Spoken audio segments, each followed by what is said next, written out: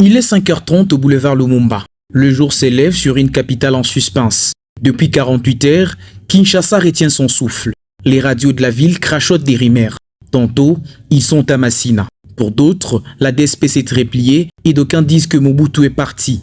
Dans les quartiers populaires de Kinshasa, Limete, Matete et Njili, les habitants sortent sur le pas des portes. Pas des tirs. Un silence étrange, presque irréel, recouvre la ville de Kinshasa. La division spéciale présidentielle, la redoutée DSP, garde prétorienne de Mobutu, a disparu dans la nuit du 16 au 17 mai 1997. Avec elle, le dernier dignitaire du régime, le général Nzimbi, le ministre de la Défense Bolo Zingbundu et même Kongolo Mobutu, le propre fils du maréchal. À cette ère, au niveau du rond-point Njili, le premier Kadogo apparaissent. Ce sont des adolescents en bottes de pluie, Kalachnikov en bandoulière, treillis trop grands pour leurs épaules frêles. Ils marchent en rang, dispersés, encadrés par des officiers parlant Swahili et Kinyarwanda. Ce sont les soldats de l'Alliance des forces démocratiques pour la libération du Congo, l'AFDEL de Laurent Désiré Kabila. Pas de bataille, pas de barricades, la ville tombe sans combat. Sur leur passage, les Kinois d'abord méfiants sortent peu à peu. Des femmes brandissent des rameaux et les jeunes crient et chantent la liberté. Il est 10 heures quand la foule commence à grossir. Des milliers de Congolais convergent vers les boulevards du 30 juin. L'ambiance bascule, l'angoisse des derniers jours laisse place à l'euphorie. De pneus brillent, non par colère, mais pour célébrer. On arrache les portraits du maréchal au mur des bâtiments publics.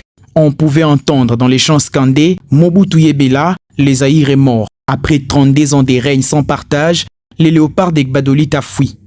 La veille, malade et lâché par ses alliés occidentaux, il s'est envolé vers Lomé au Togo avec sa famille. Son chef d'état-major, le général Maélé, qui avait tenté de négocier une reddition pacifique, a été assassiné le 16 mai 1997 par ses propres hommes de la DSP. À midi, le bastion militaire du régime ouvre leurs portes. Les forces armées zaïroises, démoralisées et souvent sans armes, se rendent sans tirer. Certains troquent leurs uniformes contre les habits des civils et se mêlent à la foule. Dans le riz, les Kadogos sont acclamés. Ils distribuent des tracts sur lesquels on pouvait lire « Le peuple a vaincu ». Pour beaucoup des Kinois épuisés par des années de pillages, de corruption et de misère, c'est la fin d'un long tunnel. À 15 heures, le revers de la liesse apparaît. De témoignages font état d'exécutions sommaires. Au moins 318 personnes présentées comme des dignitaires mobutistes ou des mouchards sont abattues dans les heures qui suivent la prise de la ville. La révolution a son prix, murmure-t-on déjà. Le soir, autour de 20 h, depuis Lubumbashi tombé plusieurs mois plus tôt, Laurent Désiré Kabila prend officiellement le pouvoir.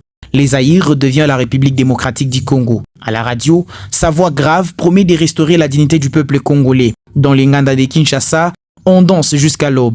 Le 17 mai 1997 entre dans l'histoire, jour chômé payé, dédié désormais aux forces armées de la RDC. Le 17 mai 1997, Kinshasa a changé de maître sans grande bataille, mais pas sans blessure. La chute de Mobutu ferme 32 ans de dictature. Elle ouvre aussi une ère nouvelle, complexe, marquée par l'espoir d'abord, puis par des nouveaux cycles de guerre de 1998. L'AFDEL était devenu de l'Est avec les Rwanda et l'Ouganda pour libérer. 29 ans plus tard, l'héritage de cette journée divise encore.